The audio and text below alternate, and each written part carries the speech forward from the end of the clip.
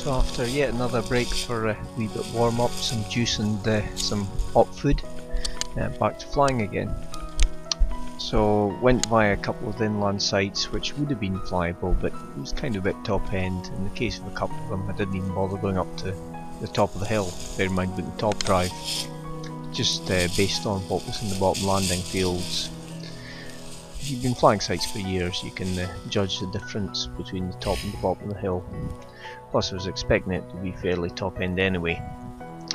So as I'm hopefully meeting up with a couple of lads, as it turned out one of the chaps, his wife wasn't feeling too great so he didn't come out today. And Lucas and Klaus, who's visiting from Austria, were intending meeting up. So it was a case of, well, best option, coastal site, albeit rough underfoot. There's a good grass area for high wind practice.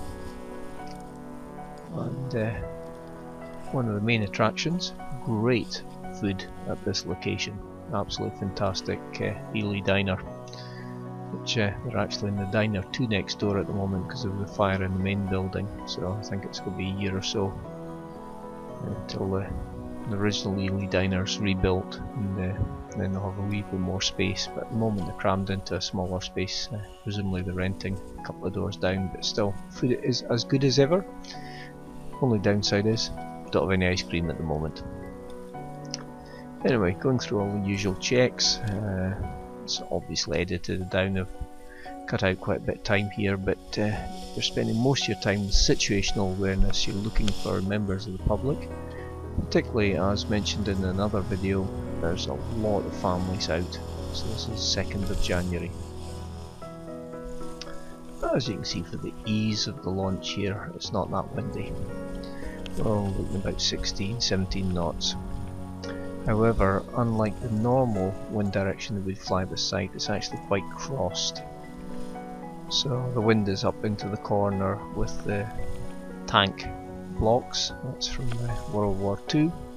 So not the slightly closer ones, but the one that are right in the shadowed corner. So when I take off, it will be a fast downwind beat to carve along into the corner. And here we go. So you should notice the ground speed relatively high. Fly fast and efficient. This particular vertex has a weight range of 85 to 105 kilos, and me being about 82-ish, 80 odds, so I'm probably flying about 85 to 90 kilos. Flying weight.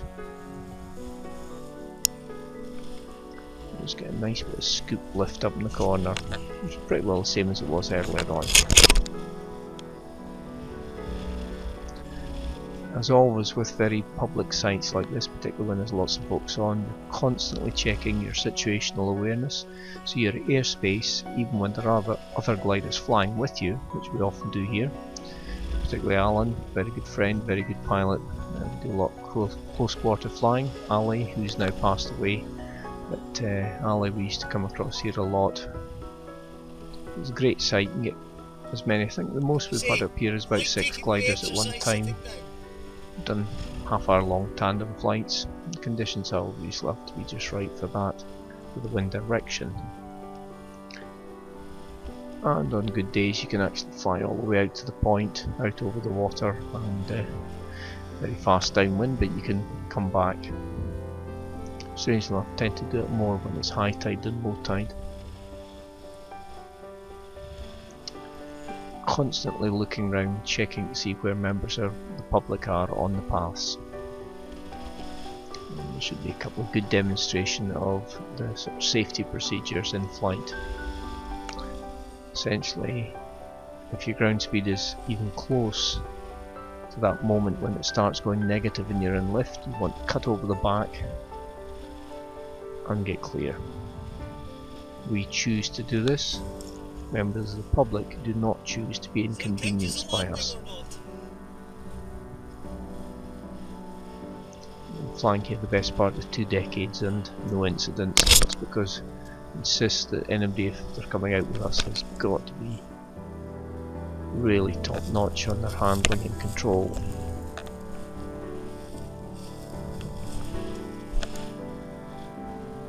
got to have a lot of consideration for the public, so you never ever set out the glider down on the beach if you don't know what's happening on the path.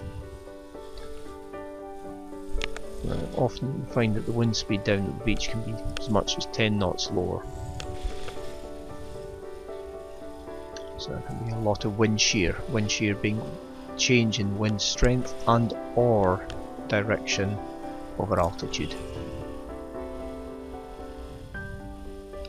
So at different times today of just doing the usual hop along the blocks, so you're using the wing to step from one block top to the next and then back down the row.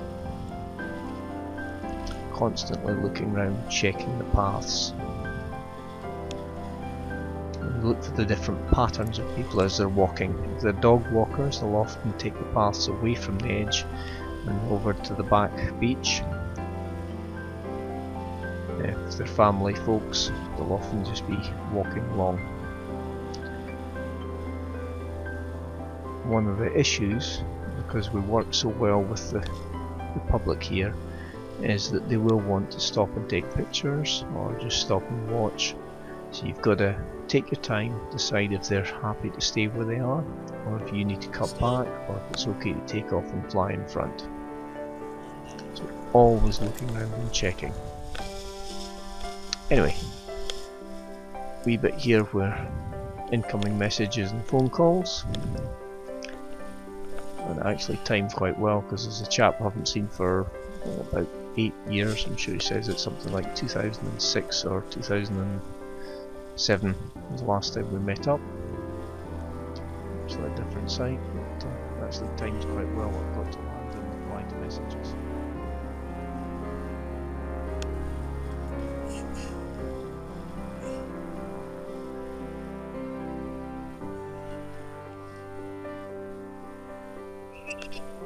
Yeah, sorry, I just had to wait until it was top landing.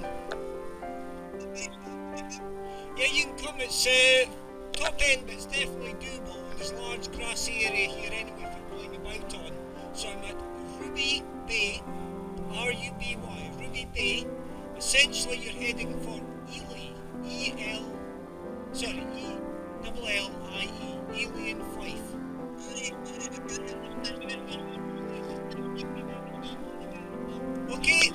Okay, bye.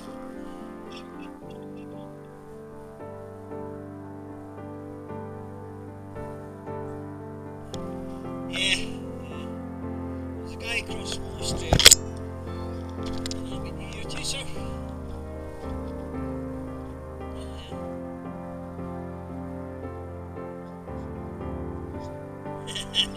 Oh, that's a cracking sight.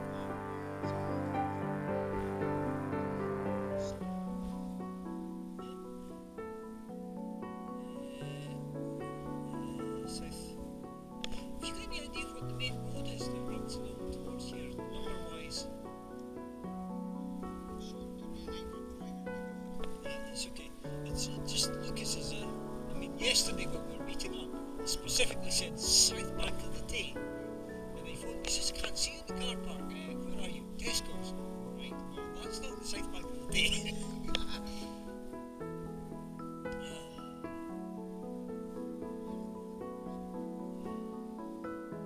It's a cracking cool sight though. Have you had much flying on the cliffs?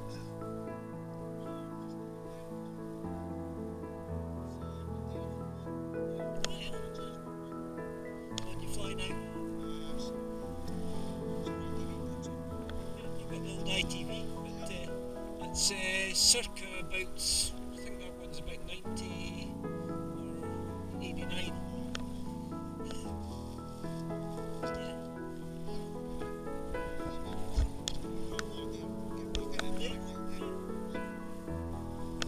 As you know, we do an awful lot. Ground flying.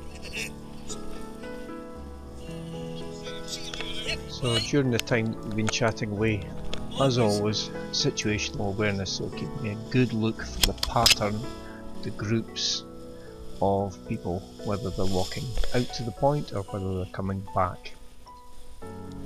Paying particular attention to folks with kids. Obviously dogs can be an issue as well, but the dog can, generally speaking, look after itself, so it's the kids are the the key thing. Dogs will either totally ignore the wing, or they'll come up and sort of bark at you, or sniff the wing or whatever. Yeah, not really a big issue. So once I pop the wing up, you got to sort of stop, take your time, have a good look, see if it looks like the folks are going to want to keep walking. You see the two groups there that are crossing clearly are, but then remember, they might stop. You're also looking at the other groups of folks. Are they folks that are stopping, getting cameras out? Are they stopping because they're not sure what you're doing? Sitting down under the wing and just clearly just sort of chilling, saying, "Oh, I've just got warm up," it's quite good because it reassures them that they're not in your way. There's plenty of room for everybody. Always a lot of good PR stuff. Just make sure everybody's happy. If somebody wants to chat, you stop and chat to them. Shake. If appropriate, you're chatting them while the wing's still up. If you're thinking, a bit more detail or there's too many people, be back in a second, safety issue. Make it interesting for them, chat away, and then you get back to flying, because there's always another day you can go flying. Key thing with small sites like this is the PR aspects of it. Awful lot of folks will stop and chat, they'll ask about the sport, particularly with all the news articles of accidents, injuries and deaths. It's quite topical at the moment, so you've got to sort of let them understand that there is a choice in the standards. You can be very, very safe.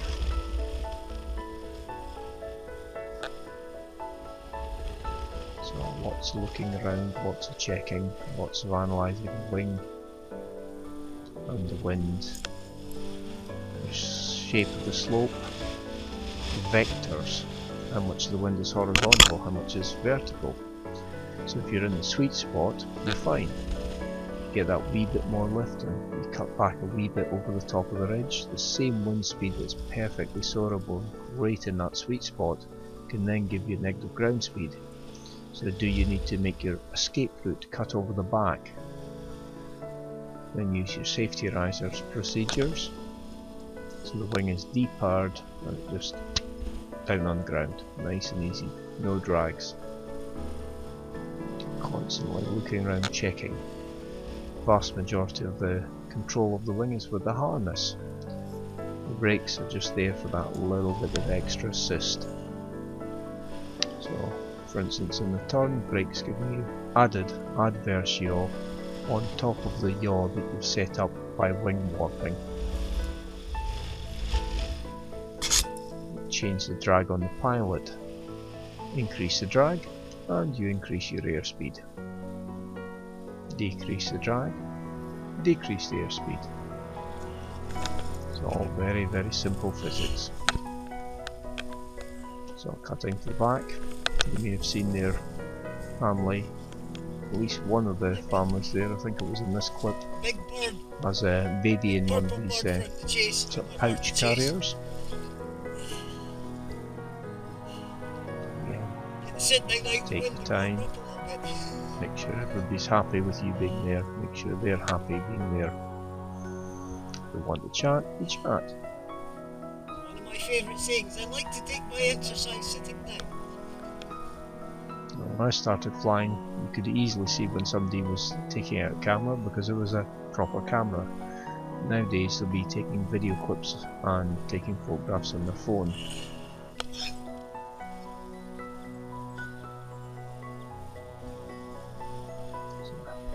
I'm checking, deciding, taking your time.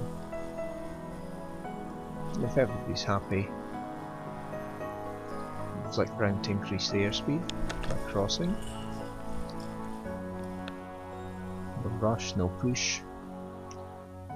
Remember, the peripheral vision is a lot better than the camera shows, so when it looks like I'm looking at the wing, normally what I'm actually doing is using the peripheral, looking around, checking, without putting in the big harness input. Often, particularly at this site and with this direction, I'll roll the wing to the right, give me a bit more clearance, then go to take off and then cut into the first beat, being a left beat, into the corner. So constantly checking. Everybody seems quite happy there, so wait and see.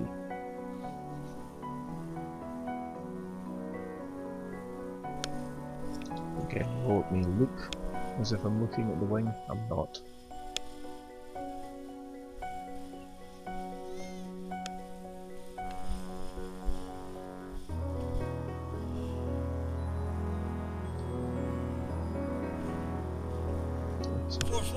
Kid taking far too much interest in the paraglider, forgetting to check where his feet was going. And we tumble. Backtracking, so I'm actually pushing back there. Don't need any brakes for that.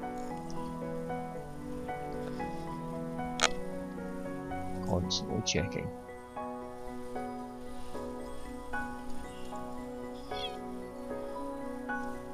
Another couple of knots less wind, then I'm probably just stay up flying all the time, but the second you're on the edge of what's suitable, you're cutting into that back area, clear of the paths.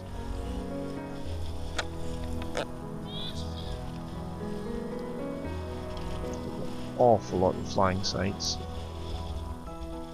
And these very public ones, the reason we've got a lot of flying sites is we're constantly looking out for members of the public, make sure everybody's happy.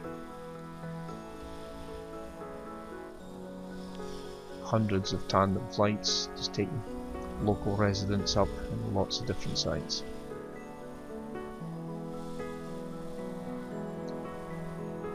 If they're out in their garden on a nice sunny day and they've got the camera with them, they're chatting away and they bring out cups of tea and winter sandwiches, etc. It's quite usual. If they've got a camera with them, would you like some photographs of your house from above?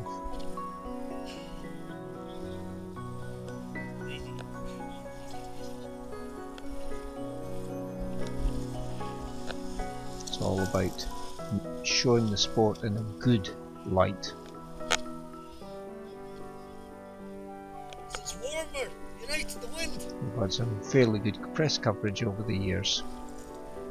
So very nice positive stories, as opposed to yet another accident, yet another injury, yet another death.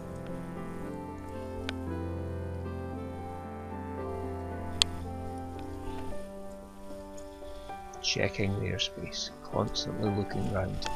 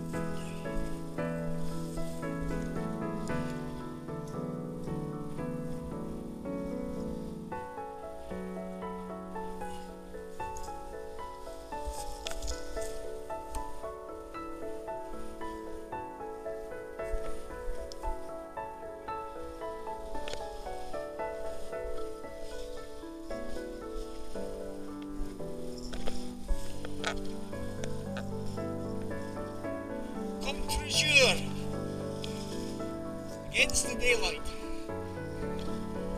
Give you a good silhouette anyway.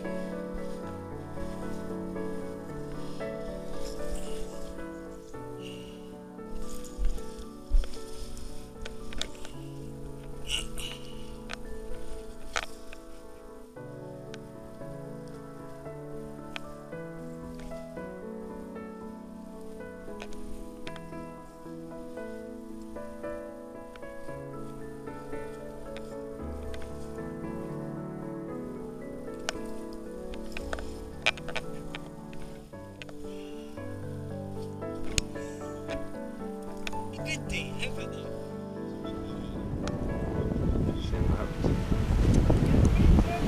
Aye.